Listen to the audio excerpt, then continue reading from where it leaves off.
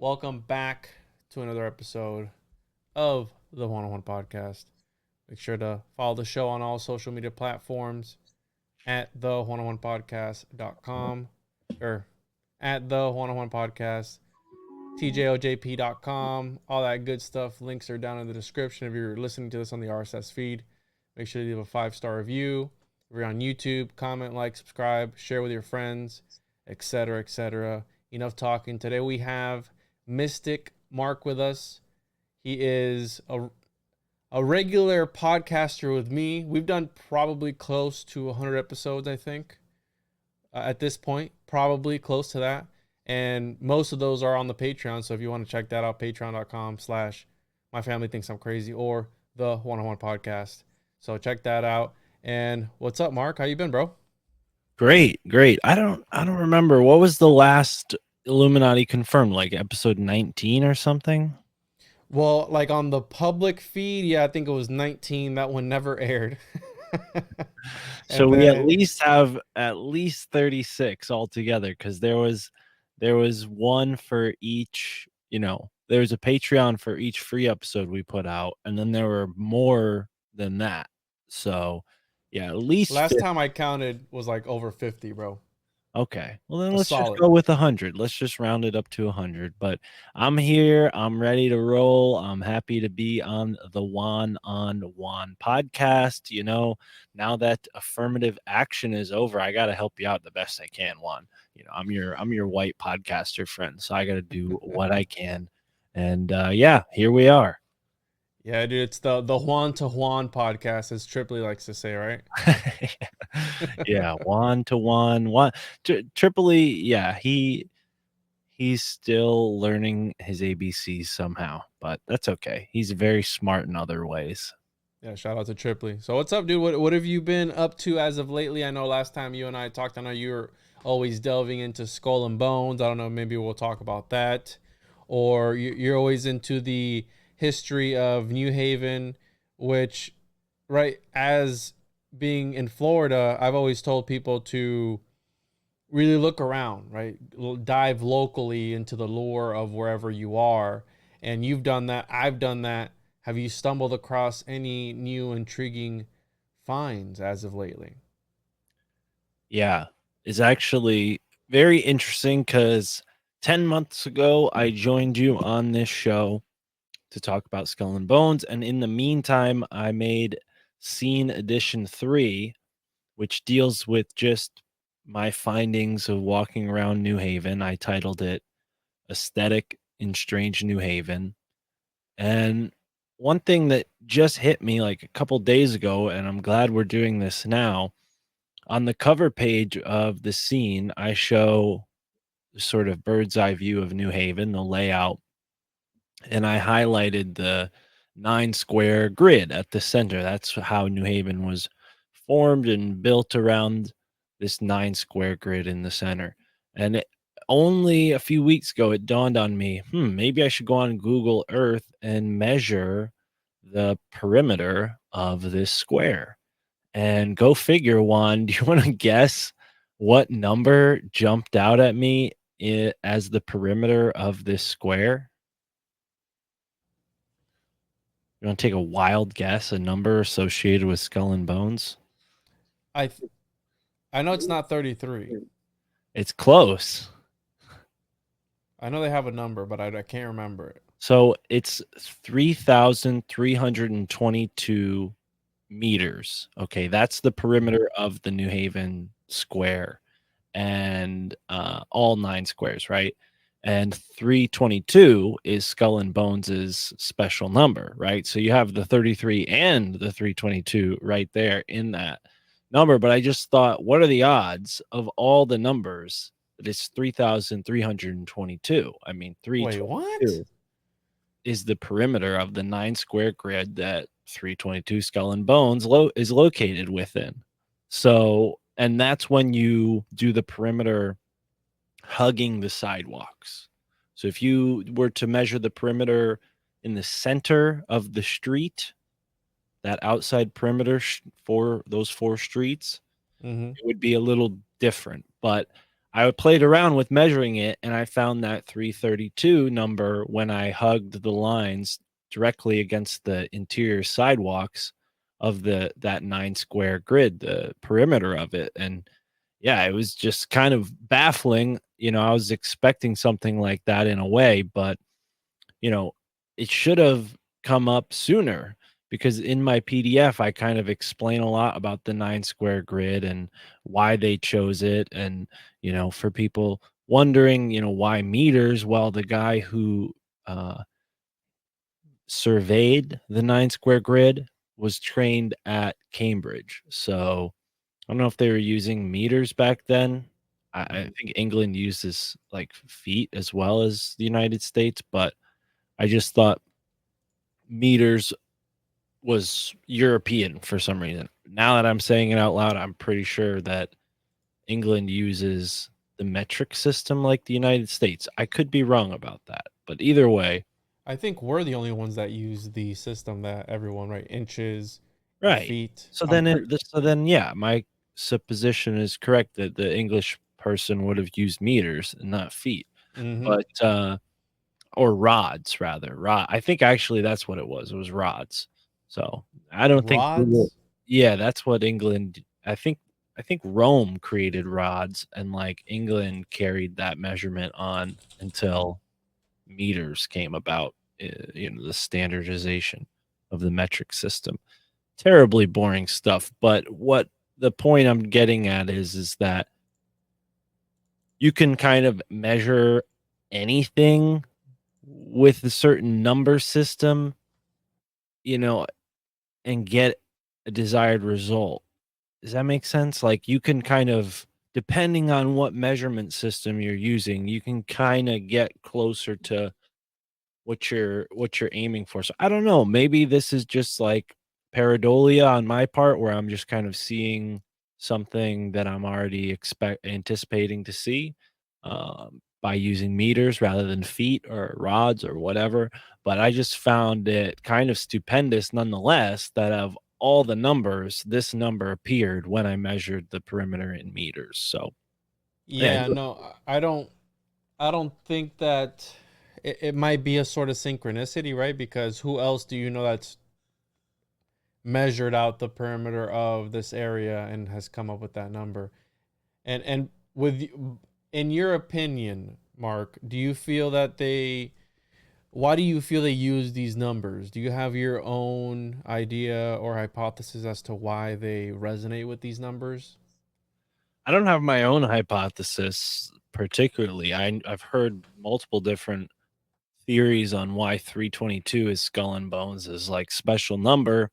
The one that stuck in my head is 1832 is the year that they were founded. And according to the lore, Skull and Bones is a second iteration of a German secret society. So by the numbering in Europe, they would have put the date 32 as in the year, and then 2 to signify that it was the second chapter. Obviously, Wikipedia there says that it's the only chapter, but that's incorrect. But anyways,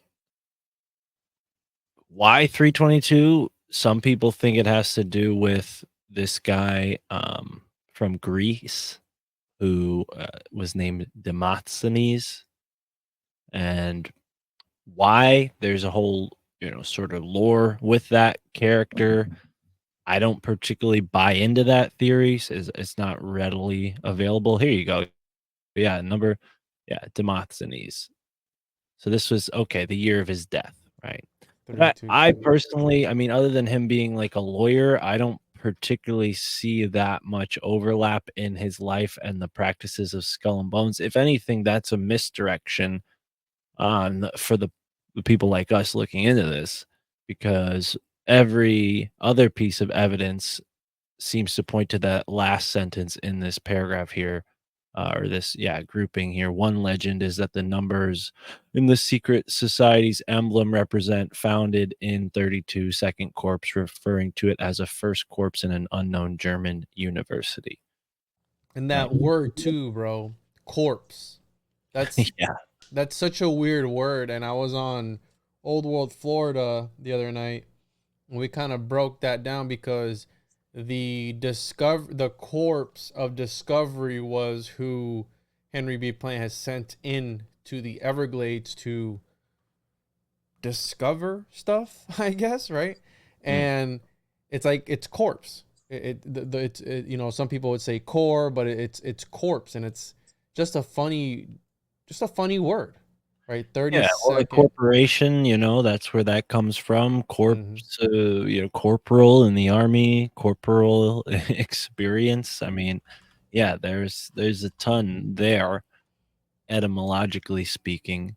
I think skull and bones, you kind of hit it right on the nose when you're talking about corpses, right? I mean, skeletons are implied, dead bodies, right? So, yeah, there's this whole underground symbology that you can't get away from with skull and bones. So it's no accident that's what the Wikipedia article says, I'm sure. But when it comes to the city itself, I wondered, okay, are there other examples of these 9 square grids in other places, right?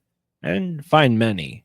But what I did find is that the Temple of Solomon was supposed to be, um, I guess, measured out in this way, where there were 9 separate rooms in a 9 square grid. I've heard other descriptions saying that the temple was shaped like a man, right? I don't know if that's the same temple. Maybe those are two conflated descriptions. But you asked why, why these numbers. I think it has to do with proportion, in the sense that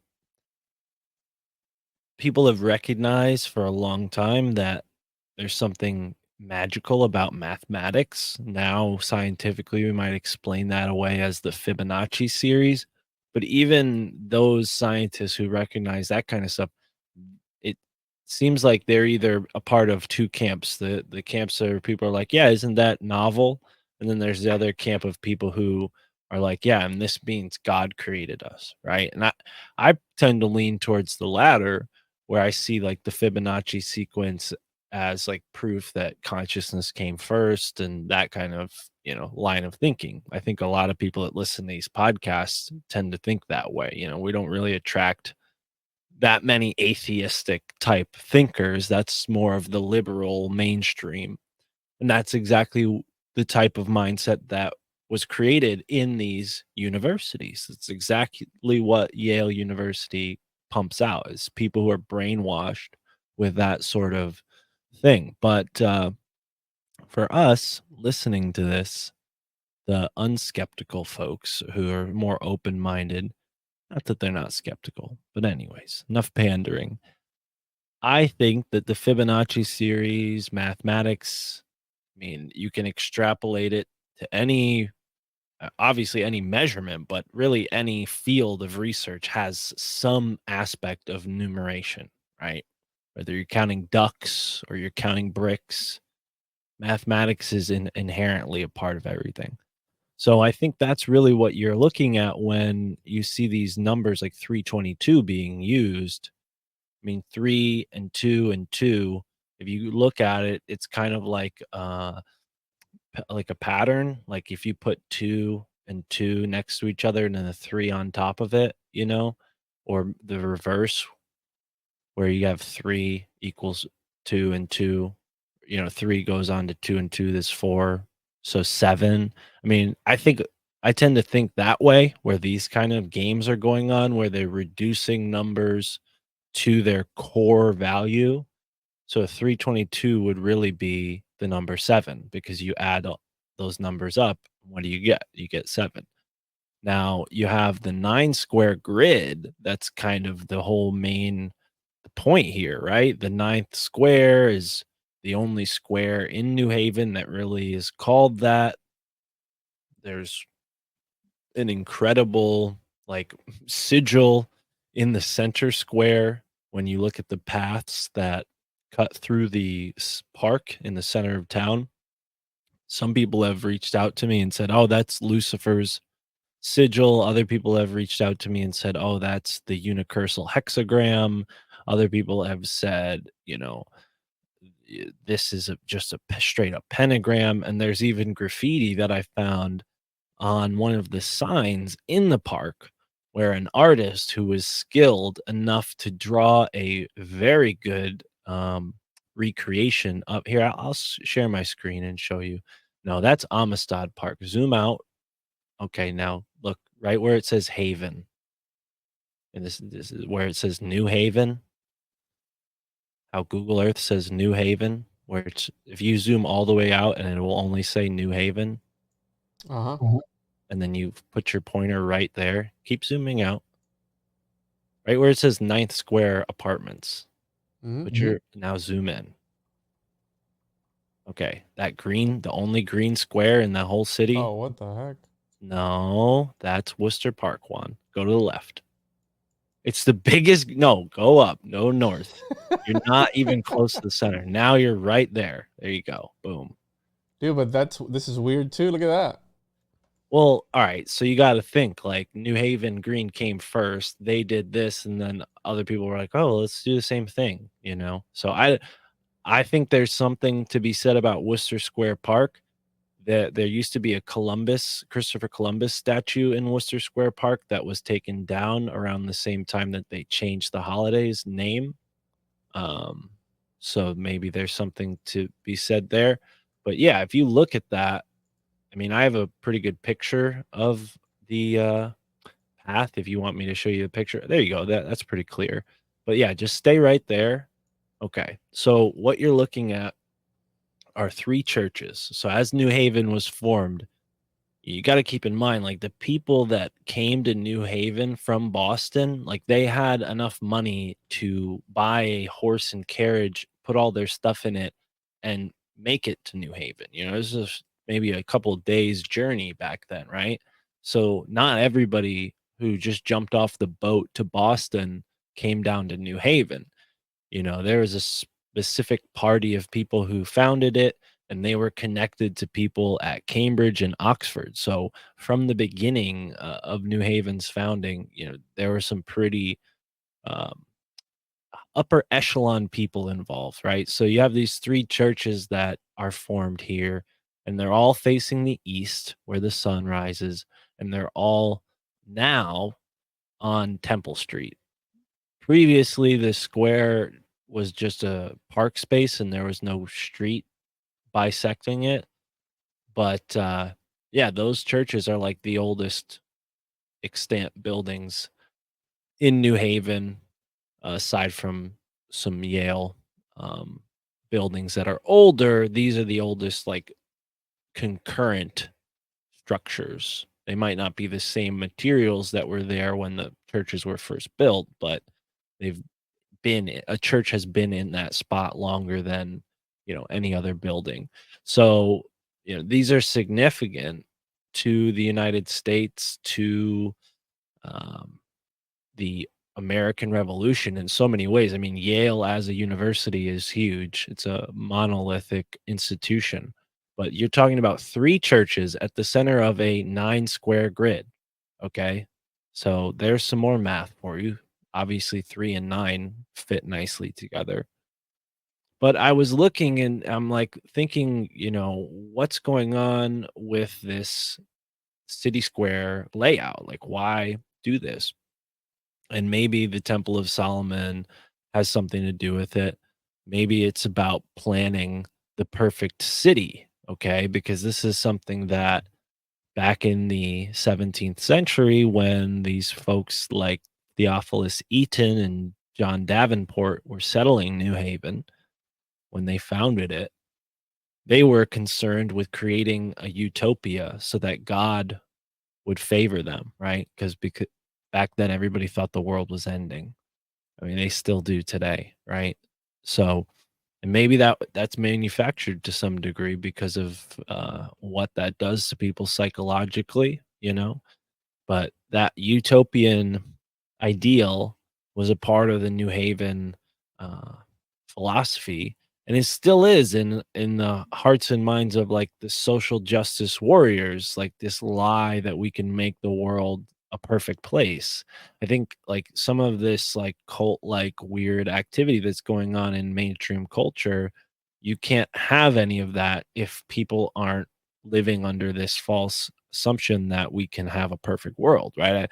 I don't know how many people actually believe that, but there's certainly a lot of naive people who are sort of, doing and acting in a way, saying things that allude to making the world a perfect place or for them, right? Maybe not for everyone. I think a better place is what we should all uh, aspire to. I'm not being a pessimist or cynic here, but yeah, it's certainly like one of these carrot on a string ideas that the government, religions, and other cults use to keep people on a certain path. But I'm gonna share my screen and show you the 9 square grid from a different perspective. Um, And the 9 square grid is what we use on our telephones, right? That's how it's laid out. Is that what yeah, you're referring to when you refer to the 9 square? yeah. When you look at the symbol that we use for numbers, it's a tic tac toe slash 3 slashes, or so how? Yeah, is it 3 slashes? No, uh, 4, 4 lines, right?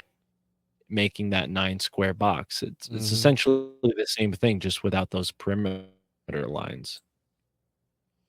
And so I have here, So I pulled yeah, this up. that's our symbol in the English lexicon for numbers. Pulled up here. Have you ever heard of the 9 dots puzzle? Read it.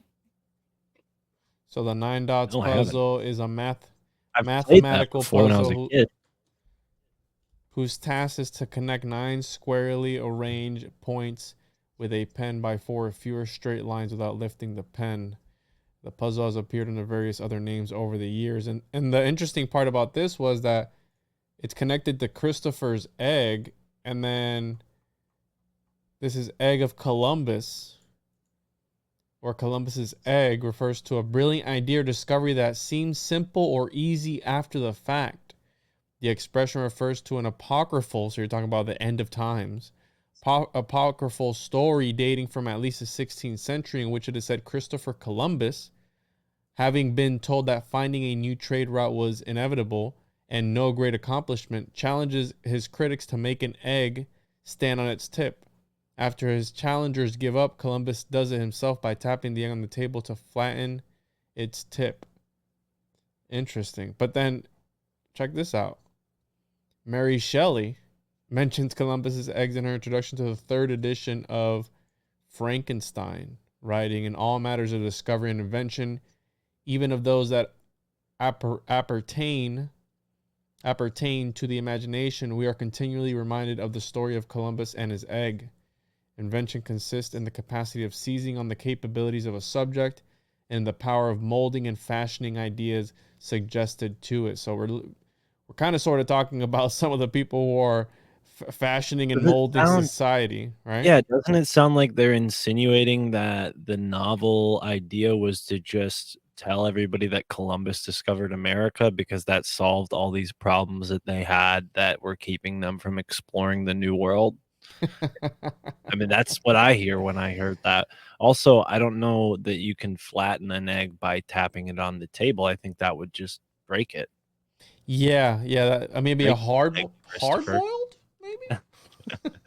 Yeah, or maybe I'm gonna piss some people off and get some people really excited, so buckle up. Maybe that's an analogy for the flat earth because he took a orb Oof. egg, which some people say the earth is actually shaped like an egg, and he flattened it. What does Well, that what does that say? I got an announcement for you, bro. I came out of the closet recently. I'm I'm I'm I'm not a flat earther, but it's not round. You're not married to the ball. I'm not married to the ball, bro. Neither The am I, bro. That's just how it is, dude. You can't if you're married to the ball in 2023, you're a moron. Like, I'm married to no balls, Mark, thank you. Thank you. except my own. Thank you. Yes. See, I'm with you there. I'm not married to the ball. I don't think anyone should be. It doesn't mean I'm a flat earther per se, but I'm definitely not married to the ball. Yeah. All right. So So check this out. This is maybe a clearer image of can I zoom in? Yeah, I could zoom in. So this is maybe a clear image of the pattern. If I could get to it.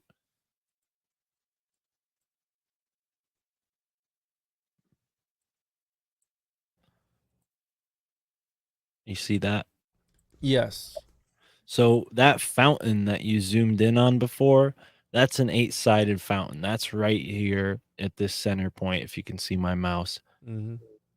And any 8-sided structure, I don't know if you've researched Jefferson's octagonal buildings. Have you ever looked into that? Uh, Jefferson. What's his first name? Like Thomas Jefferson? Yeah, the president. Whoa, no, I haven't. I'll look it up now. Yeah, so Jefferson, even today, there's some wherever his estate is, he has like this octagonal building on his mansion or whatever, right? And this goes back to this old tradition called the Tower of the Winds. And what's interesting is there's this guy, Court Lindahl, who's connected a bunch of these 8-sided structures on these really big maps and shows how they're built in a way that you can draw straight lines so that they go right along the octagon's angles and connect to one another. And if you think about it, I mean, an octagon's a really good shape for that type of geometry, but right here in the center, situated right in front of the center church, is the octagonal fountain. So I don't know exactly what else New Haven is connected to on a like on a memorial level, like what other monuments are connected to it. But on a sort of broad stroke scale, we can see that New Haven is actually on a ley line that I probably talked about the last time we were doing this show. Um, it goes all the way from Stonehenge down to the pyramids in Teotihuacan, Mexico. So, and every major city on the United States eastern seaboard, for the most part, crosses through this line as well. I think I showed you this. You're probably familiar, but Boston, New Haven, New York City, and Philadelphia, Washington, D.C., Atlanta, Georgia, New Orleans, and then Mexico City. So, yes, we're leaving out some probably important cities along the coast there, but I mean, of all the cities, you're hitting Boston, New York City, Philadelphia, and Washington, D.C. I mean, and New Orleans too, in a different way. I mean, these are all pivotal cities when it comes to American history. And I think that's really what's going on, why Yale University has been so successful is because they've situated themselves on these energy corridors that they then manipulate on a massive scale. And the they is difficult here because it's not one single entity or even one single group. It's more of a like an esoteric impulse. It's sometimes even esoteric to the people acting on the impulse, where certain people are connected to, let's say, magic, and then the magic works through them. So they don't necessarily have to be even acknowledging the fact that they are a part of this. Think about it like inspiration to an artist. You could have an artist who thinks, I'm just locked up in my apartment painting and channeling inspiration. You ever wonder maybe that artist has somebody who's tapping into them, who's not an artist and is sending them images because they're psychic? Or even worse, a group of people who are sort of doing that on a mass scale? I think those kind of things are possible where you have groups of people who are just influential enough in this subtle realm that they can actually manifest their will through other people. And I think the way they do this kind of stuff is by setting up massive arrangements of structures so that human energy flows in a specific specified direction rather than just organically and wildly as it might have. Um, so yeah, any questions about that? diatribe before I stop sharing my screen? Real quick, go all the way down to it looks like a cow. That bottom picture that you share looks like a cow, the head of a cow. That's the outline of New Haven County. Interesting. Yeah, it looks like the side Yeah. of a cattle. Like if you look Or at it no, real not quick. not the county. That's just the city. My mistake. This Oh, you one? see? Yeah, you see, gotta get the horns up top, then the head of the cow right there, and then the neck. Maybe that's on purpose. I mean, shoot, like, yeah, I So, think they had full sort of purview when it came to creating the borders. Like New Haven yeah, was like the 100%. first city And that's what I tell in people the too. area. Like even the layout of your city, the counties, area codes, the numbering of highways, that's also very esoteric. And a few things came to mind when you're talking, dude. So I pulled up here. We have Thomas Jefferson's octagon house, right? It's his house laid out in the shape of an octagon. And I haven't read it here, but so he had built the secret houses and escaped from his then too frequently visited mansion at Monticello, 90 miles to the north. So this idea, and you should really check out the book Pythagorean Palaces, because that really breaks down a lot of these concepts. And you keep mentioning Solomon's temple. Well, there is some some elites, and I mean Rudolph II and his family, the Habsburgs, where they all grew up and where they're all buried, which is called the, forgot the name. It's got a Spanish name. Anyways, I'll think of it. It's a Pythagorean palace that's built to the specifications of Solomon's temple. Now, the idea of these Pythagorean palaces is that they want to achieve a higher state of consciousness in that area, okay, in that building. So it resonates at a certain frequency to elevate their consciousness. El Escorial is the name of the place that they all grew up at and they're all buried at. El Escorial, which is this giant palace. And think of it the same way that you can elevate consciousness, you can invert that and you can suppress consciousness. So think about these 15-minute cities that they want to put us in. From an occult esoteric point of view, why do they want to shove us all into these cities? Well, perhaps they are intentionally suppressing, right, the way it's laid out, the way it's built, versus their buildings that is very sacred geometry-esque, right?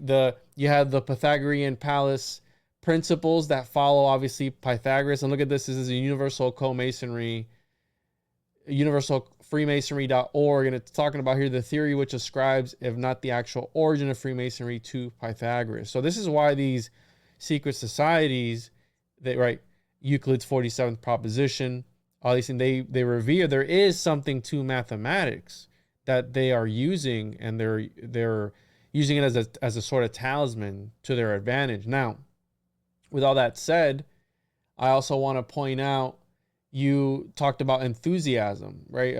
Well, enthusiasm actually means to sort of be possessed by this higher power. And you're talking about somebody in their apartment having some sort of enthusiasm, or they're being guided in a sort of way. Well, wasn't the Alamantra workings with Crowley in his apartment in New York or something, like just like a regular apartment, and they channeled Lamb and they saw like some gray entity come through a portal? Weirder. I'm pretty sure the apartment was in. So he did multiple like ritual workings, but what he did in the Amalantra, by the United way. States was on Long Island.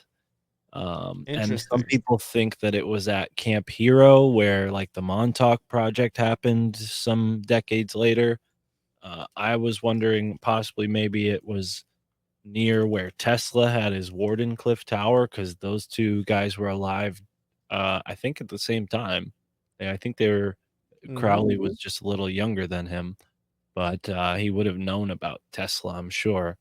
So yeah, there's that. But what do you mean? Like, how does that relate? Like, just through like their ritual being something that it provoked like people to be inspired, like the hippie movement, that kind of thing? No. So what I was getting at was the idea of, yeah, you could quite literally be in your apartment. You don't have to be in this ceremonial setting. You could be doing something in your own apartment in the privacy of your own home and have contact. And one of the things that's always stood out to me, dude, and I forgot who it was that told me the name of the Starbucks or this coffee shop that was across the street from Yale, but Yale has some really cool artifacts. And I pulled up, I Googled artifacts at Yale, and then this came up: Yale returns Machu Picchu artifacts to Peru. And I haven't read it, but apparently they had some Yeah, so artifacts. what's weird about that is Machu Picchu and New Haven are on the same exact line of Really? longitude. So when you look at a map, you'll see that like South America like juts out sort of closer to Africa than North America is to Europe, right? So South America, the western coast of South America is lined up with the eastern coast of North America, right? So yeah, and New Haven and Machu Picchu are an exact straight line. And the guy who discovered Machu Picchu, discovered quote unquote, was from Yale University. So what are the odds that What? a guy from New Haven finds Machu Picchu and it happens to be dead center on this straight line from like this 9 square grid that could be potentially put there for a reason? I mean, Machu Picchu is a special place. Maybe that's on the 72nd line of longitude for a reason. There's that 7 again, and 72 makes 9. So, what are the odds that the 9 square grid is on this 72nd line of longitude, right? So, I think So look at this. So here, Inca human remains were amongst the first artifacts in Yale's collection to be returned, patriated. Yeah. repatriated to Peru, arriving, I've never seen that word before, to the first 3 shipments. So, okay, keep this in mind, right? We know about skull and bones. Well, there's a lot of interesting books as well at Yale, dude. Mm, And one of these books that has stood out to me, right? They have the Rothschild's Canticles, they have the Voynich manuscript, and yep. they have other manuscripts too. I was just looking up here. And I Bro, do think you want to there's know where they put those books? You want to see what the building looks like? Because that should blow your mind. really, is it juicy? It's weird. Well, I guess it's weird when you know what we know, but uh let me find it. What do we know, Mark? We know a lot. Oh, there's So my huge. hypothesis is, Mark, that so you're uh, talking about people who are quite literally at the forefront of the world, right? A lot of the most influential people have gone to this school.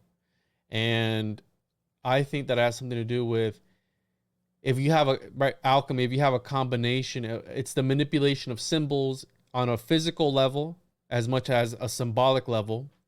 So if you have a certain group of texts, right? I like this idea of interdimensional literature that resonates on throughout history and shapes reality. Well, what if you get a library of that, right? Like John Dee had the biggest library in Europe at one point. Well, what if you have all these weird books, like, what the Voynich manuscript, a book that, again, supposedly Edward Kelly used to conjure the spirit to lead him to gold or treasure, as the story goes. But then what if you're able to turn that around and kind of resonate it in the ether? And check this book out, bro. This book is called The Rothschild's Canticles. And it's supposed to be a prayer book. Again, owned by the Rothschilds. But check this out, bro, because it gets really weird towards the end here. I want you to see you that. have you ever seen this Buscara Solar Buscara tarot card deck? No, it sounds familiar though. I might Check. not be remembering the correct name, but apparently people, either the Rothschilds or people similar to them, made this tarot card deck with all these demonic images on it, and that's kind of what I'm looking like. Not that these are necessarily demonic yet. You haven't showed me one that looks that way yet, but they do have the same art style and layout of the tarot card designs, where it's like the scale of the people and then the like kind of Well, check this out, bro. variations. Because Yeah. this art gets pretty weird, and it's what it's supposed to be is it's supposed to be illustrating the Trinity. Bible? From the Bible? Yeah, this is a prayer book, and these are all mandalas, bro. So Mhm. the purpose of this book is to aid you in meditation, to unite with God, right? So look at this, bro. Look how bizarre this art is. Almost like a Cthulhu butthole tentacled god. Look at that. It looks like, I mean, Yeah. look at this, dude. This is so bizarre. When I came across this, I'm like, okay, and then who owns it? only only one of the most powerful families in the history of ever.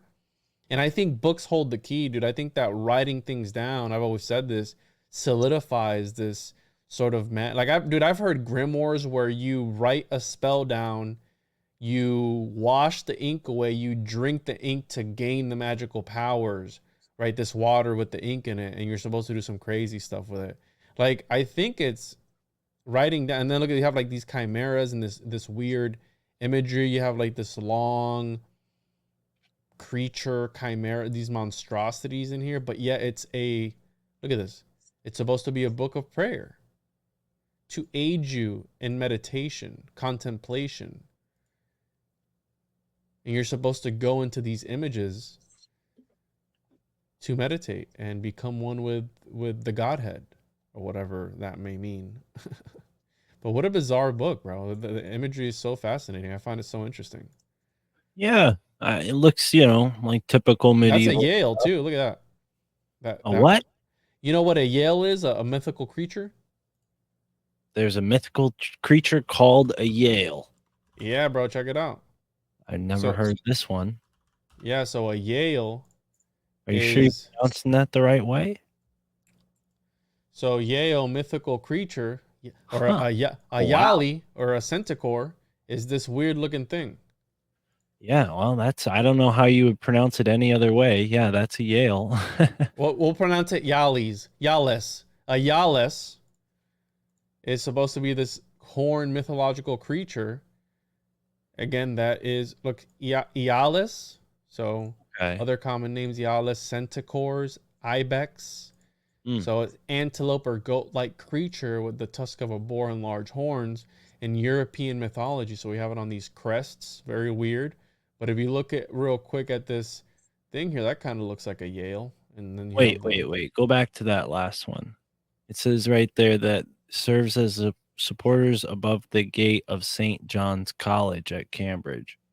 And Cambridge is where some of the founders of New Haven flirtily. were Yeah. educated. And Harvard came before Yale, so a lot of the guys who started Yale were from Harvard. But wow, that's incredible. I never heard of this. Have you ever heard of a oryx or a markhor or Manticore? no, no, no. These are real animals, not mythical. Oryx. An oryx looks exactly like what these pictures are.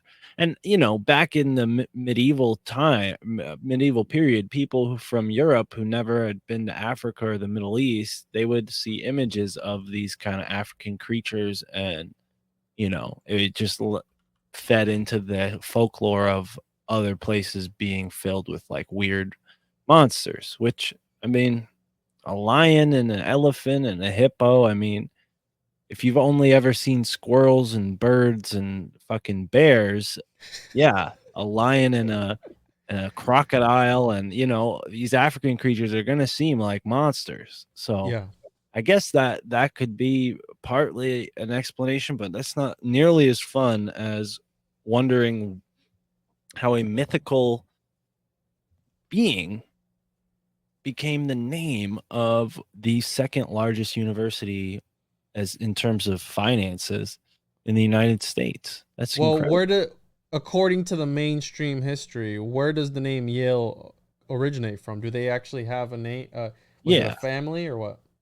Yeah. So there's a guy named Elihu Yale who, upon Yale's founding, he never really even spent any time in America, even though he was born in Boston. He spent most of his time in uh, India. and he was like a slaver, drug trader, Dutch East India, British East India type guy, right? The British East India Corporation, I think, is where he worked for. But yeah, Elihu Yale had like a nephew back in New Haven, and he reached out. Somebody reached out and said, "Hey, can you send us some money for this?" But yeah, it's interesting. The another thing came up on a different podcast that the Porcelain Club at Harvard uses a hog's head as their symbol.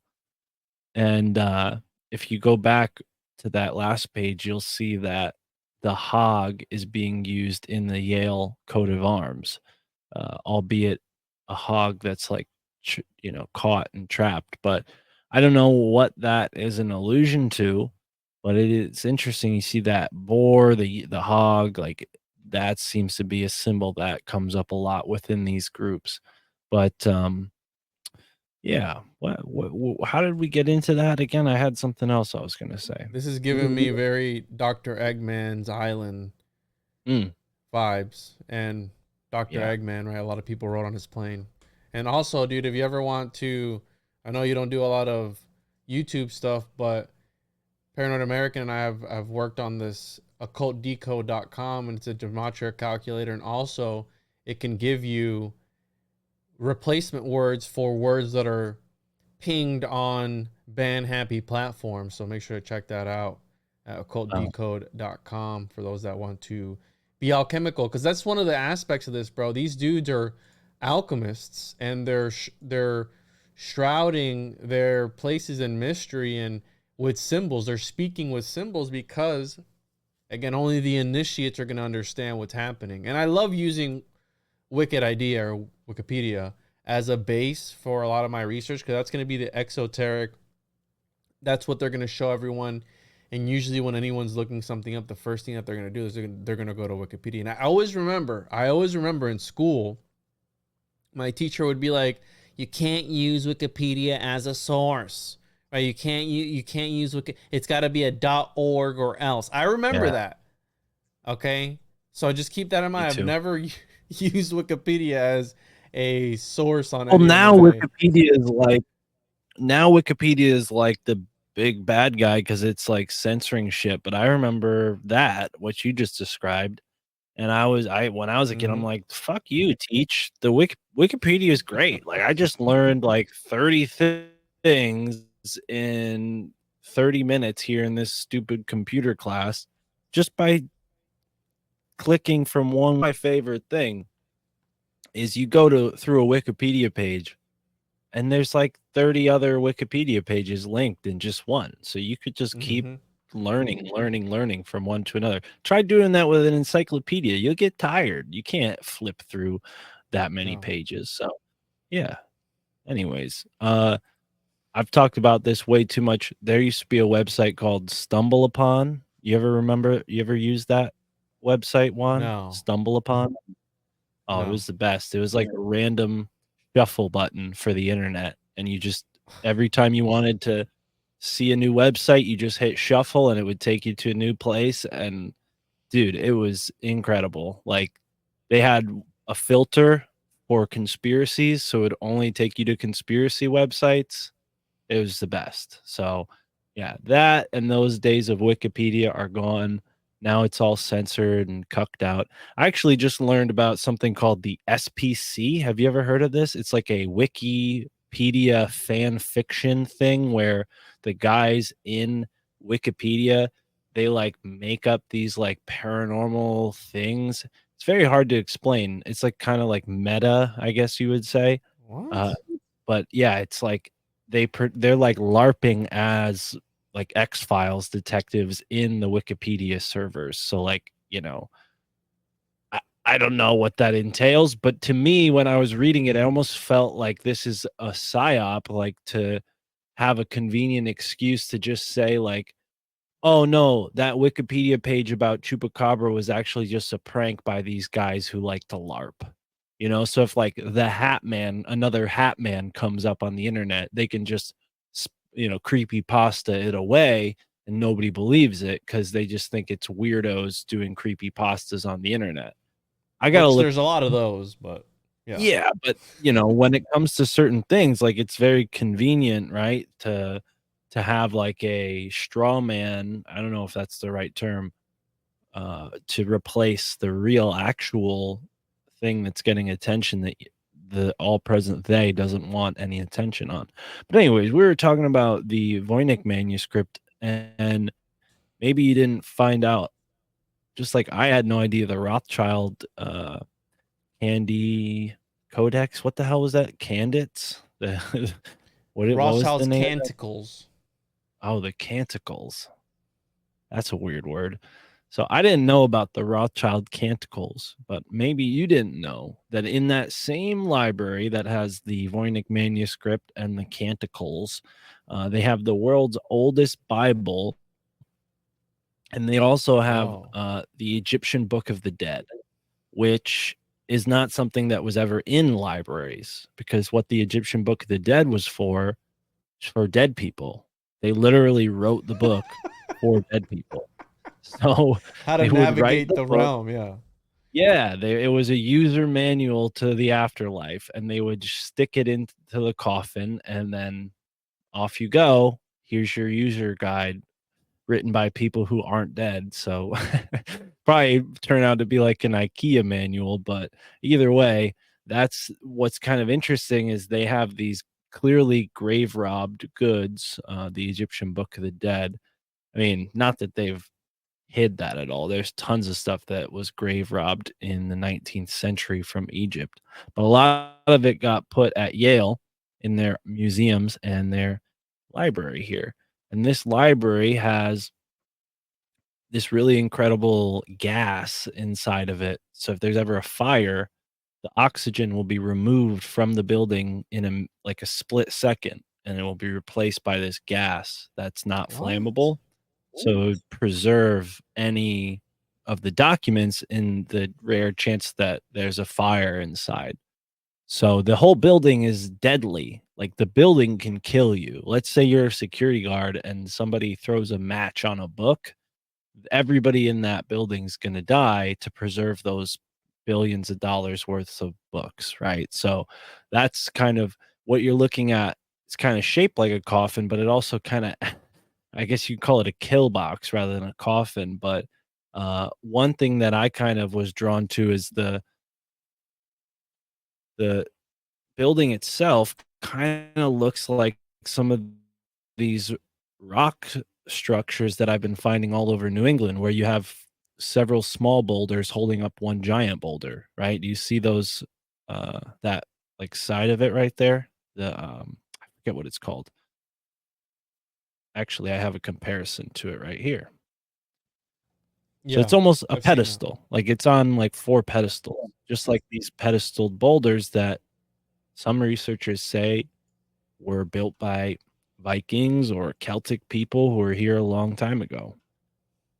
It's kind of balanced even. It gives you this like illusion that there's nothing there holding it up. Um, and then Interesting, dude. right next to this kind of incredible, the other thing that's notable about the library is these side, they're made out of a stone that has just enough opacity to let light in. So these stones are kind of like a, instead of glass, they have the stones there because you got to preserve those books, right? Um, and all next to Osama Noguchi's underground sculpture garden, bringing back this whole underground atmosphere. The underground, implies where people are buried. It also implies like the esoteric, the hidden, the secret, right? And right next to the library, you can't even see it if you're looking at a picture of the library, but see where this person is standing right here, and that Mm-hmm. wall next to them? If they were to look over the wall and look down, they would see this sculpture garden here. And Asama Noguchi, he's an interesting artist. He's from Japan. Um, well, he's Japanese from America, excuse me. He built Detroit's Heart Plaza. Um, which is there's a whole rabbit hole there that my friend Chad Stemke researched and wrote a book about. I don't know if you've had him on one-on-one podcast, but Chad was a dude that was doing Esoteric America with me while we were still doing that show. But yeah, this is kind of interesting. The underground garden, the pyramid represents the earth. The circle there represents the sun or life, and then this cube on its side represents time and chance and how everything's intertangled together in this kind of matrix that you see on the bottom there with the tiles. This is all right there next to the Voynich manuscript, the Rothschild stuff, and this Isamu Noguchi guy, like he's built these really ritualistic type sculptures for a who's who of some of the wealthiest people in the world. You know, I mean, obviously the materials he's working with are very expensive, but I think that's really the minimal of why they're approaching him for his work. They're interested in the spiritual aspects of what he's got going on with his art. Mm-hmm. And it's right here in the Hewitt quadrangle. And this building right here that is kind of across from the library, this is now called the Schwartzman Center, and it's named after Stephen A. Schwartzman, the CEO of BlackRock, the military investment company. So, yeah, like this is all connected, bro. And BlackRock, I mean, the black stone from the Kaaba, right? The whole alchemy, the white stone and the black stone, right? And they have this story. Oh, well, my last name means black and his last name means stone. So we put our last names together to create the Blackstone Corporation. That's a load of bullshit. Have you And heard of the black stone at the North Pole that John D. wrote about, Mercator wrote about? no, but maybe it's connected to the Blackstone that the Muslims worship, right? I mean, isn't that supposed to be a big black cube, right?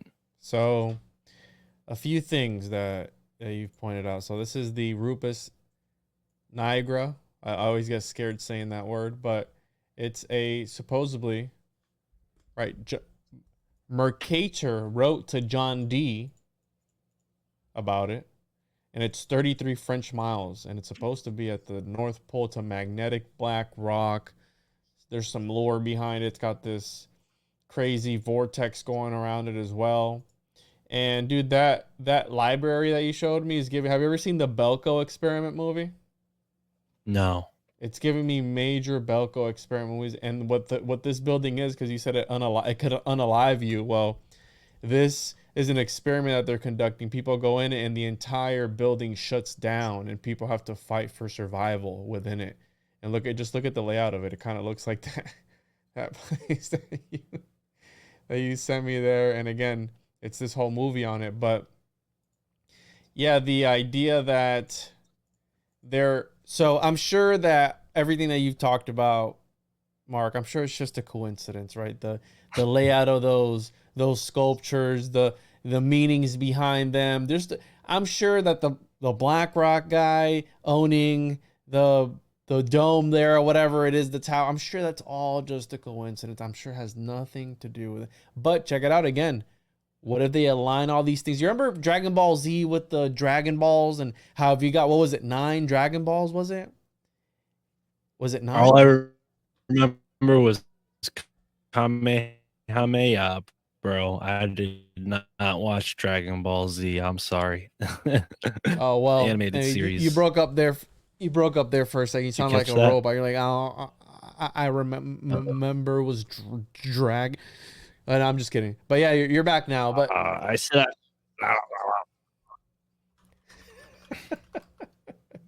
let me look up how many Dragon Balls it okay. was. But this idea of collecting, it was, let's see here. The Dragon Ball. The namesake of Dragon Ball Z. The orange crystalline spheres with the ability to call forth the eternal dragon. And there was 1, 2, 3, 4, 5, 6, 7. I think it's 7 in total or something. Anyways, this has been, I mean, at least ingrained in my psyche as a kid. If you collect all the artifacts, look at, what is it? Indiana Jones and the crystal skulls, and there's the lore. If you collect all the crystal skulls, then you'll, I don't know what happens if you collect all the crystal skulls, but I think it'd be, maybe you summon a dragon, right? If we get all the crystal skulls together, which they've run the numbers and they've done the history on them. They don't know where they came from or how they were made, but they kind of sort of exist. It's like this weird artifact. Well, again, I think that you can also do that with books and symbols, right? If you have a certain connection or layout of symbols similar to what you were showing there, the circle, the churches are facing a certain way towards the sun. I think it all goes back to sun worship, Mark, and the idea of the sun being a portal to another dimension, and the sun is actually a keyhole, right? A pinhole in which we're observing something, or something is observing us. Like, what if the sun is God, right? We're being observed by God, essentially, and through this hole in the sky or whatever it is. You know what I mean? That goes back to the whole utopia idea, and like that, we're all being sort of ever presently watched by God, and he's going to pass judgment on us, right? I don't have any trouble like believing that, we're culpable for our actions, like there are consequences to our actions, but I don't necessarily think that like the world being created by a consciousness, aka God, also has to mean that God is always watching us, right? I'm not saying like go wild and do whatever, right? No, not at all. But I think that idea has been like a control mechanism. And whether it harkens back to something else, maybe like Nephilim or like archangels or demigods, controlling and meddling in the affairs of humans. Maybe it goes back to that, and it's kind of like a genetic memory where we remember these other cultures that were like screwing with us. I don't know, but I do see it in the artwork with New Haven. There's this one woodcut drawing that I found of the Ouroboros as the frame of the picture, and then reaching out from the clouds, there's a hand with a compass, not a compass with a needle, but two needles, like the type of compass used to draw a circle. And it's just very interesting because obviously New Haven is a square, not a circle. So why would there be a compass coming down from the sky? Well, they're circling the square. That's Freemasonry. And it's kind of interesting because New Haven was technically founded way before Freemasonry ever existed. Technically, Freemasonry began in 1717 or 1701. I forget which number, but Yale, coincidentally, was founded in 1701, and their building was their first school building was finished being constructed in 1717. Not to mention that the Freemason Lodge in New Haven is one of the oldest lodges in the United States and has held membership of guys like Benedict Arnold, Nathan Hale, and actually, no, not Nathan Hale. Benedict Arnold, a bunch of other people that are more specific to New England history.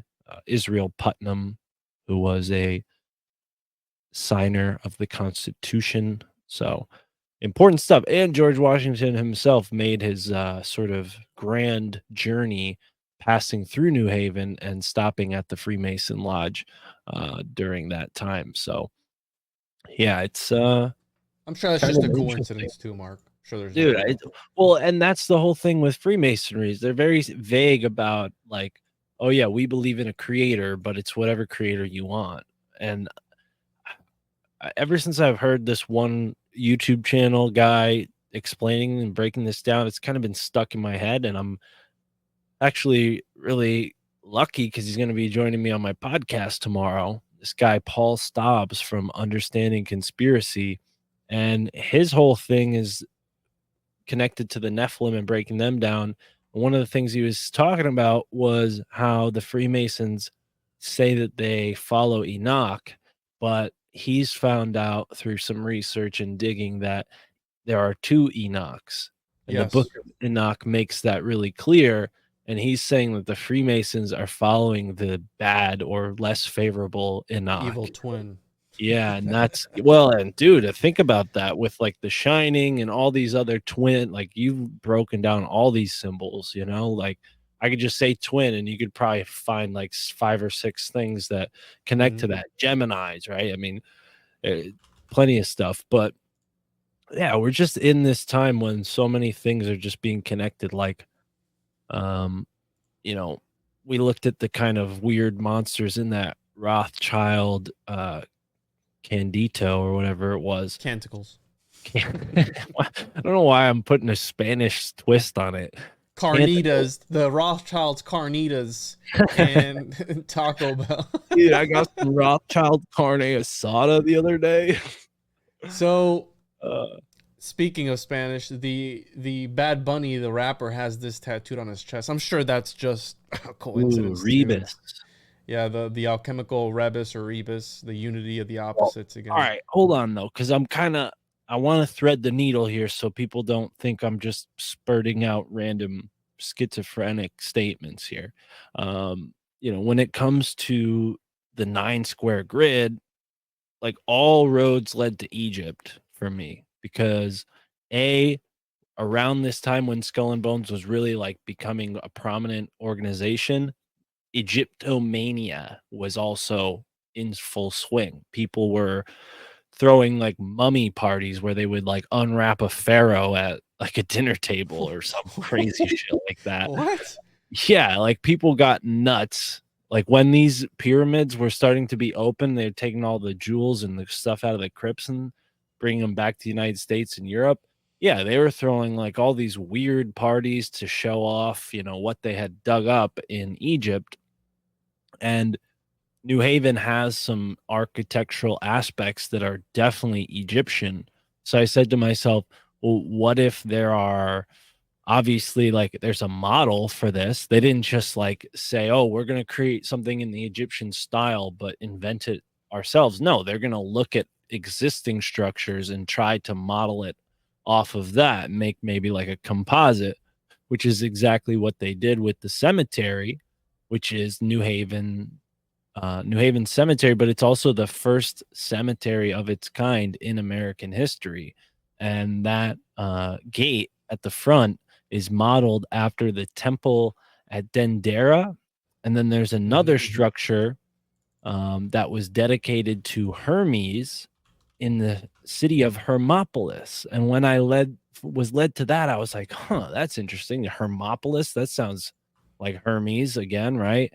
So I look up Hermopolis. Yeah, see the Dendera light. Boom, look at that. And I mean, we want to talk about like Hermes and Thoth, like he's the magician, he's the scientist, he's the alchemist. So who So, would real be quick, finding Mark, electricity? before we get too far away from the subject, because you kept bringing up Enoch, Oh yeah, yeah, yeah. Go the back to that. Nephilim. So, real quick, if we follow the lure, if we follow the mainstream lure, the idea is that alchemy, right? Because we've been talking about symbolism. They speak in symbols and these images that they're putting in these movies and the media, whatever you name it, is a sort of other language for them, and only the initiated understand them. Well, if we follow the lure, alchemy derived from the Nephilim, these fallen ones that when they fell in love with the daughters of men, they taught them the science of metals. They taught them the science of herbs and roots and all these different things in alchemy. And Chem is supposed to be named after Ham, which is one of the the sons of Noah, right? So Noah was probably a great alchemist. And then you had Enoch who was able to ascend, right? The story of Enoch, and right, we talked about the North Pole a little bit ago. Well, in the 33rd chapter of the book of Enoch, he talks about the north, right? About going to the north and ascending through the north. Again, we've always seen the North Pole, the pole star being some sort of gateway to another dimension. You have various religions and different civilizations, I mean societies that worshipped the Big Dipper and Little Dipper, right? I mean the North Pole, the They wanted to ascend through that. And the reason I bring this up is because the story of Enoch, the evil twin apart, is a sort of story of ascension. And what is, right, we've been talking about the whole premise of this entire conversation has been about the idea of gaining control and gaining power over others, right? Because what do the elites want? They want more money, more power, more influence. And the story of Enoch is a way to quite literally transform into this godhead, Metatron, to ascend through the levels and become this overseer of reality. That's what the story of Enoch is really about, right? And I think that's what they're after. They're wanting to either, again, similar to the Rothschild canticles, where it's about uniting yourself with the one, with the source, with God. Not becoming God, but maybe having, right, the lesser Yahweh, Enoch, right, Metatron, becoming some sort of Godhead like that, where you're able to quite literally warp reality. And again, like alchemy, once you achieve the magnum opus, you step outside of the fabric of space and time, and you're able to manipulate reality from outside of it. So I think that's why they're obsessed with this sort of ideology and these sort of figures, because they represent something much deeper. And I think that the story, right, you brought up the tarot cards earlier. Well, the tarot is a sort of, again, some people believe it's instructions, similar to how alchemy always has the instructions to the philosopher's stone. Well, what if the tarot is instructions on how to achieve this higher state of reality or of being, right? I mean, it's just an idea, I'm sure. Or it could just all be a coincidence, Mark. I don't know. Well, I don't know. You're teaching me on that stuff. I mean, I'm still learning a lot of that, and I get a little lost when it comes to like the chronology. Uh, but when it comes to Egypt, obviously the gods of Egypt were worshipped way before the Bible came around, right? Because the Egyptians are part of the Bible. They're talked about in the Bible. We have some scientific way of determining the age of these things. Go ahead and trust that if you will. I tend to trust carbon dating. I mean, maybe, maybe they're fucking with us there. Maybe. I'm not gonna, discount that possibility. But if we're gonna go off of the sort of time scale that we're given, yeah, Egypt's pretty old, and maybe Enoch was one of these dudes, like one of these gods, these demigods that the Egyptians were worshiping. And I mean, most of the world was polytheistic back at that point anyways. So there's a case to be made there that there's like some reality to these beings and having agency and affecting the world. So why wouldn't they have affected, groups of people to this day? I mean, something like another race of being is pretty incredible. I don't think people would just give that up, whether they're here or So not, consciously or corporally or whatever. I think that's really where the question is. Paracelsus Hmm. had so right, Paracelsus is known for the homunculus, but he had another lesser known race of creatures, which I'm gonna look it up, but it's Enochianas, I think it was. Paracelsus. Let me look it up here. Yeah, they're called Enochianas. And again, he only mentions them like one time in one book on a page, but essentially I'm gonna look it up, but it was like this other race of entities or beings, and they were like these chimeras. So I don't know. I mean, let me confirm that, because I'm pretty sure it was Anaki Diana's or something like that. Mm.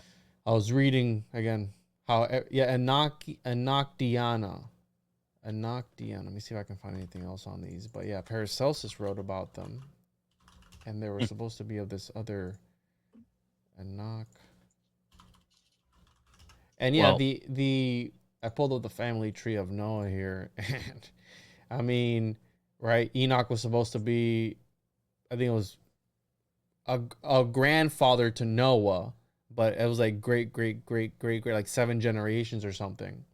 And then, right, we have Ham, Shem, we have all this entire lineage.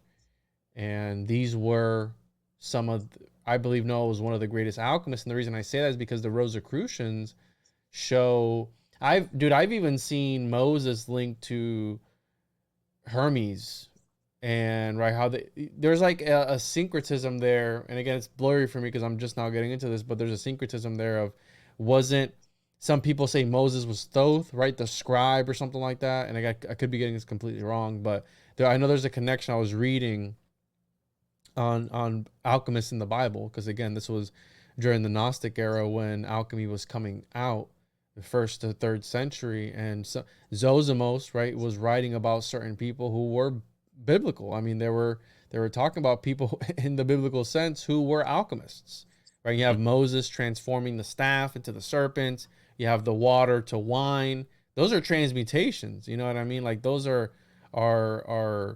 stories. They're magical, and sometimes people look past that, like, yo, you know, JC wasn't practicing alchemy, or what if he was one of the greatest adepts of alchemy? We don't know, because again, we're reading the Bible however it's presented to us. And I think that the original Bible itself, I mean, it talks about the cornerstone and all these different things, right? I mean, that's philosopher's stone.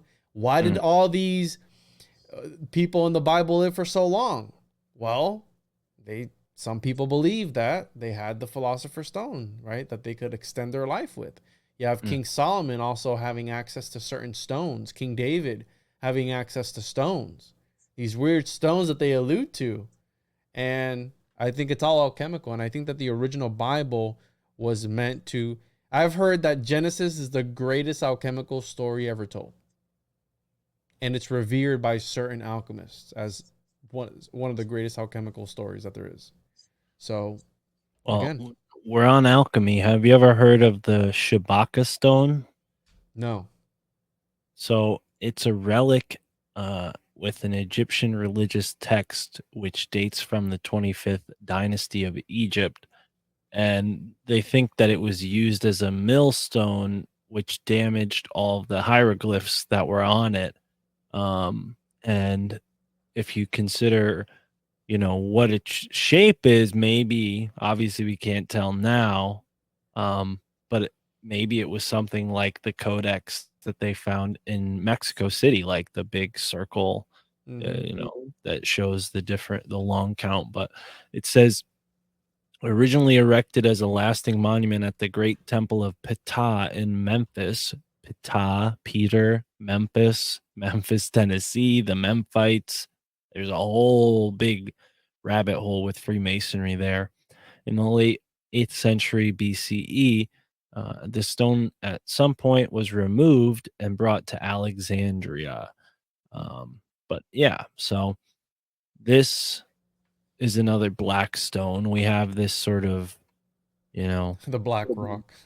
yeah, I don't know what the theme is, but there's something to do with these black stones that's, powerful. Maybe that's even akin to the crystal skulls, where they're just certain materials that you can record things on and they last forever. I mean, obviously that's kind of the physical implication, but maybe there's something else, something energetic, spiritual, can't be, maybe something that's not tangible. But I want to get back to Hermopolis. I appreciate the chart you brought up with Noah and all them.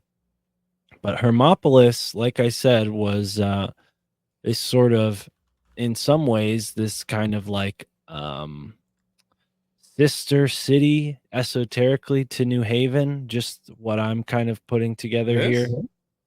Yeah, because what I've found is that, okay, so there's a couple of things we have to understand about this place before you can understand why I'm comparing it to New Haven. So the first thing is, when you walk into the cemetery in New Haven, there is a man buried whose last name is Ashman. And when you look into his life, he actually was the guy who founded the country of Liberia. He was a white guy from Boston who wanted to bring all the African slaves back to America after the Civil War, or bring them from America back to Africa, right? That idea was obviously a bad idea and didn't work out very well. But he was the guy who, kind of took the leading role in that venture to create the country of Liberia. He dies in Africa and then is immediately shipped to Boston and then to New Haven, where he was buried in the New Haven cemetery. And not like in the ground, he's in like this tomb thing, like a stone box basically with a lid on it that says Ashmun. And when you look at the name of Hermopolis Magna in I guess this is Coptic or maybe in Arabic, it's called El Ashmunin. So that would have been the modern name for Hermopolis during the time of this guy's life, Ashmunin. So there's some other things with it. So It's the remember, city of Hermes too, by the way. that's what I'm saying. So Oof. yeah, so remember how I was talking all about the 9 square, right? So in Hermopolis Magna, they worshipped the sacred 8. Okay. So obviously 8 and 9 are not the same number, duh, but 9, okay, 9 gods were worshipped everywhere else in Egypt. So some cities in Egypt worship the sacred 9, some cities in Egypt worship the sacred 8. It's kind of like the way like Catholics recognize like the virgin birth and like some other Christian groups don't, right? Like they Mm-hmm. say that Joseph knocked her up, right? So, it's kind of pulling hairs, but it's interesting that you have this like 8 and the 9. 8 is kind of like the symbol of infinity, the egg. Hermopolis is Thoth, this magician, this scientist type character. And what does Yale do? Yale has the Ancient 8 Consortium. That's the name of the 8 oldest secret societies at Yale, the Ancient 8. If you type that phrase in, the Ancient 8 at Yale, you'll most likely get the list of these 8 Yale secret societies. So there are more than 8 now that they've kind of opened the secret societies up to be more like just like a Yale specific term for fraternity. But yeah, they have or sorority, because there are women as well. Yeah, they have this ancient 8. There you go. So you got to type in the Ancient 8 Consortium. There you go. And also, you mentioned earlier the 9, right? The ninth gate. Was that the movie with Mm, Johnny Depp? Wasn't he looking for a book that was like written by Satan himself? I think That's such an so. awesome movie, man. Here, check that out. St. Elmo's Secret Society. Saint So Elmo. so Uh this oh. is Look who's yeah, there. exactly. The Yale. Wow. And I didn't even recognize that until you pointed that out. So thank you. Good on you. But and St. Elmo's Fire, that's like a movie, and it's also a phrase that meant like electricity, I think, before they understood what electricity was. If somebody got like burnt by electricity, they would call it St. Elmo's Fire. Um, Interesting. yeah. And these schools, okay, so Yale is a university. So universities have individual schools within them, right? And the Sheffield Scientific School was like Yale's physics, chemistry, that kind of like more of the material sciences and their more advanced counterparts, right? So the Skull and Bones, Wolf's Head, and Scroll and Key, those are the only secret societies that were not at the Sheffield Scientific School. The other 5 were all created at the scientific school, and Skull and Bones, with its members, took over the scientific school and then used the scientific school to take over Yale. So ever since the late 1800s, the Society of Book and Snake and the Society of Skull and Bones work together to basically like take over Yale's administrative side of things, having their members in key positions like what are the money guy? What's the money guy called? Not an accountant, but like the more fancy term for that. What's the guy who does money stuff in like a fraternity? Oh, the treasure. Yeah, the treasurer, and the government, the treasurer, right? So Mm-hmm. they through doing things like that and having very wealthy financial friends and, members, they were able to influence Yale towards that secret society agenda more and more and more as the years went on. But it's just interesting that, with the architecture, the only buildings in New Haven that have that kind of Egyptian Moorish revival type style are the tombs where the secret societies are, or the cemetery. Outside of that, everything else is like this kind of Georgian, kind of, what was the term they used back then? I guess classic revival and then colonial style. Those are the major architectural styles in New Haven outside of a couple others.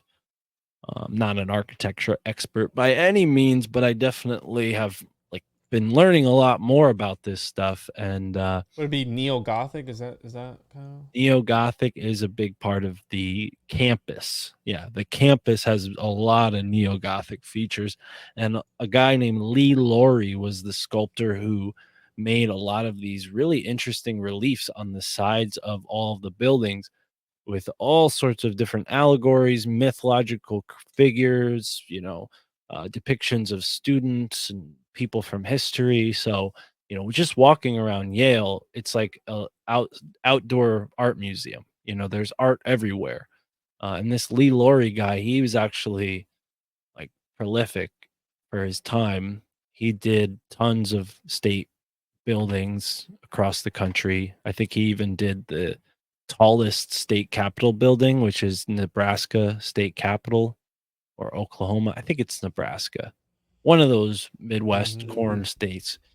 And it's pretty interesting. The sculpture he put all the way at the top of the building is this guy called the seed sower. He's like holding a big bag of seeds. He's tossing some seeds off to his right. But yeah, this art, it's got this esoteric style to it because back then in the 19th century, when a lot of this stuff was being created, Freemasonry and, secret societies, they were kind of like trendy a little bit, like especially after the Civil War, like people were joining these groups to like find brotherhood and, you know, become part of the community. So, it's going on in waves. There was the whole Masonic panic in the early 1800s.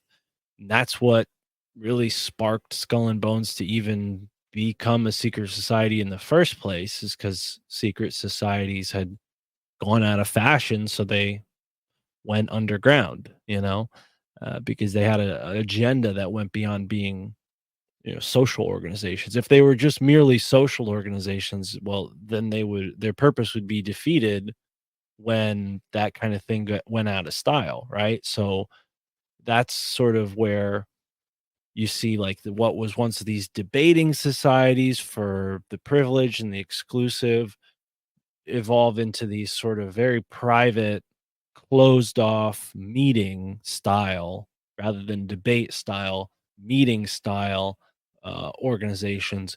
And they became, a lot more selective and, exclusive. So, yeah, that's what got us to where we're at now, where we have, this extreme wealth gap with, these what, at least in the American wealth base, it's like military and then the industry, right? Like that's the old money, right? Those people from the railroad, the oil industries. I mean, right now, I guess it's the tech industry, right? But like, what other, the car industry, like those guys, they're all in Asia now, but there are certainly very wealthy people in America who made their money out of the automobile industry, right? So, Mm-hmm. yeah, I think like you have to consider how Yale has really evolved the whole world just through its scientific alchemy of taking rock oil and turning it into petroleum. That was done at Yale. So, I mean, think about how much the world's changed and how all those people who were a part of that time period made billions of dollars, right? The Rockefellers, the JP Morgans, this banking sort of upper crust type group who I guess pioneered what's now Wall Street, right? And insurance brokers firms, I mean, hedge funds, like these are billion-dollar things that 400 years ago didn't exist. So that's alchemy. That's changing the world.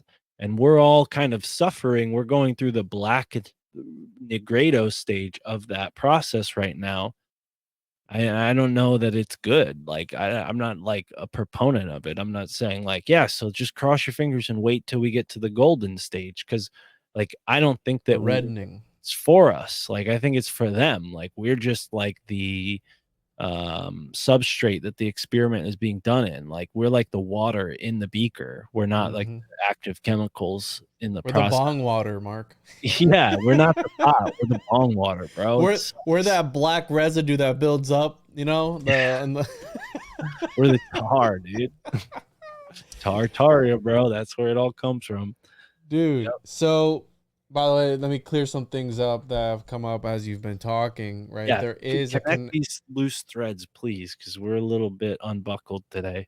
It's all good. Thoth Hermes, there was some people even identify Moses as Thoth or identified Hermes Trismegistus with Moses or as a contemporary. So I wasn't wrong on that. I just wanted to confirm that, right? There's that belief there. You have the book and snake. And the reason this stood out to me is because, right, bookworms. Well, worms are also another name for snake or serpent. So I just thought it was interesting that they have this Ouroboros inside this book, Mm-hmm. right? Is this another pun at like bookworms, right? Book and snake. And then the idea that they call these tombs, bro. And what we were talking about at the beginning, you mentioned the Egyptian Book of the Dead, where it was like this IKEA manual on how to navigate the realm of the dead, and it was supposed to be meant for dead people, but here it is Well, again at Yale. we're both the same age, so this will work. You remember back when video games first came out, they would sell like the books to go along with the video game that had like Yeah, all the cheat codes and how the to beat guide. the missions. That's what the Book of the Dead was.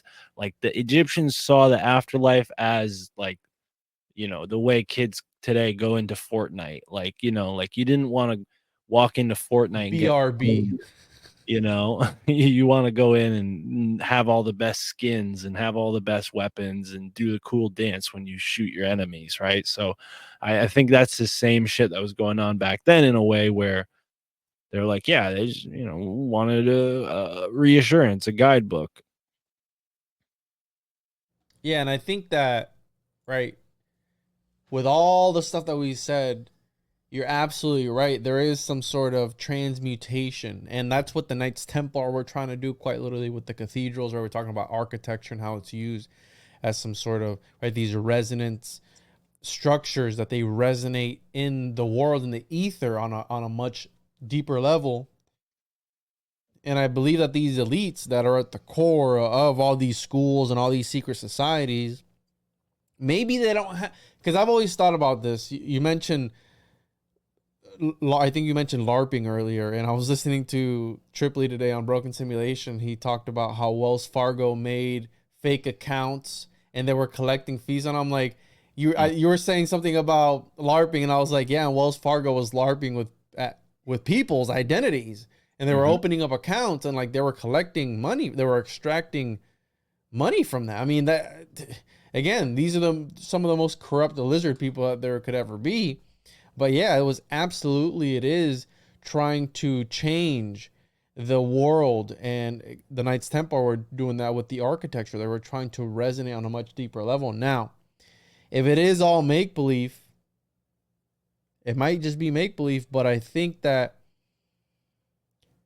the way I've been explained magic, even if it is BS, I love this analogy. I love this explanation of Narco Longo, where it's the idea of tricking yourself into getting into a certain state of mind. Therefore, when you hypnotize yourself or trick yourself to enter that state of mind, you're able to extract things, manifest things, attract things, whatever it is. But in actuality, it's not anything really happening. It's you making yourself believe that these things are happening. Therefore, they are happening. You know what I mean? Like, it's some weird kind of sort of way, because we always think about you keep bringing up the Egyptian aspect of it. Well, there's right the is it the Egyptian rite, that sort of Freemasonry where there's a root of Freemasonry that's really kind of Egyptian in its aesthetic. Again, because I think that has something to do with these symbols that the Egyptians were using, right? Because language went from like this sort of symbolic thing to more of a written, and then we have these letters now. So it's almost been kind of sort of demystified in a sort of way. And that started really, right? We're talking about ancient scripture and this interdimensional literature. Well, 1611 with the King James version of the Bible and that old, what do they call it, archaic English. And who's behind that? Well, Shakespeare. Well, was Shakespeare or a person? Was he a group of people, right? Or was he Francis Bacon?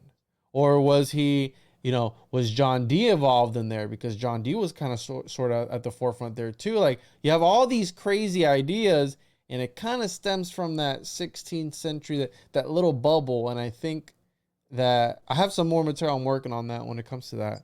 But yeah, I think that these people's influence is still highly felt today, and it can't be ignored. Now, what are we going to do about it? I don't know. Still devising a plan, but I got a solution.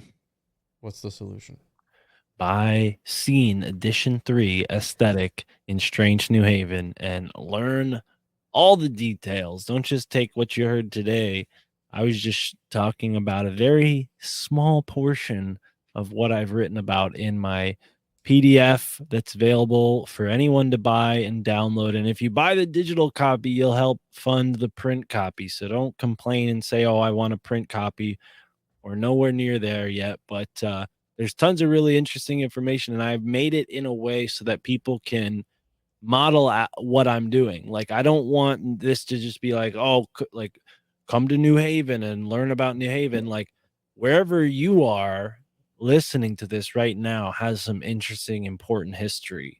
It's just waiting for you to learn about. So just like read mine as a model, like, and base your research off of that. If you just use it as like a rubric or a formula, that kind of thing. A template. Yeah. Where can people find your stuff, Mark? This was great. I always enjoyed talking to you, and I know we didn't really plan anything today, but I knew we were going to be okay because there's just so much to still talk about. We can dig away at even the same topics. That's what people don't understand, that we're constantly doing research, even if it's the same topic, but you start to unfold a different layer of that same topic that'll just take you somewhere completely different that you wouldn't even have thought about going. But where can people find your work, Mark? Yeah, thank you. MyFamilyThinksI'mCrazy.com, and you can get the PDFs there if you just scroll down, or you can go into the descriptions in my episode links. When you're listening to the podcast, wherever you listen to it, you just click description and all the links are there. But just search My Family Thinks I'm Crazy wherever you want to search it. I'll come up. There's nothing else by that same name aside from maybe a few Reddit articles from people who are desperate saying that their family thinks they're crazy. That's not me. I'm just the podcast. Yeah. Awesome. Yeah, I'll post the links in the description, and people know where to find me, tjojp.com. If you're listening to this on the RSS feed, leave a 5-star review. It helps the show. Share it with your friends and family. If you enjoyed this, check out Mark's podcast. He's got a great podcast. I listen to it all the time. He's got great guests and really great insight. And yeah, make sure to check out his work, myfamilythinksimcrazy.com. Make sure to check out the Occultist Monday, the comic book. Mark's in the first issue. All that good stuff. The Homunculus Owner's Manual. Well, let me see if it'll focus. Maybe not. Whatever. Anyways, Homunculus Owner's Manual. You can find that on my website by Paranoid American. All that good stuff. What else? Am I not in the other issues of the comic book? Am I just we just all get powers and then me and Chris split? They're not done yet, bro. Oh, okay. We need help to fight the globalists, and we need funding. So for those that want to see the next issues come out, sign up for the Kickstarter. Link in the description for issue 2.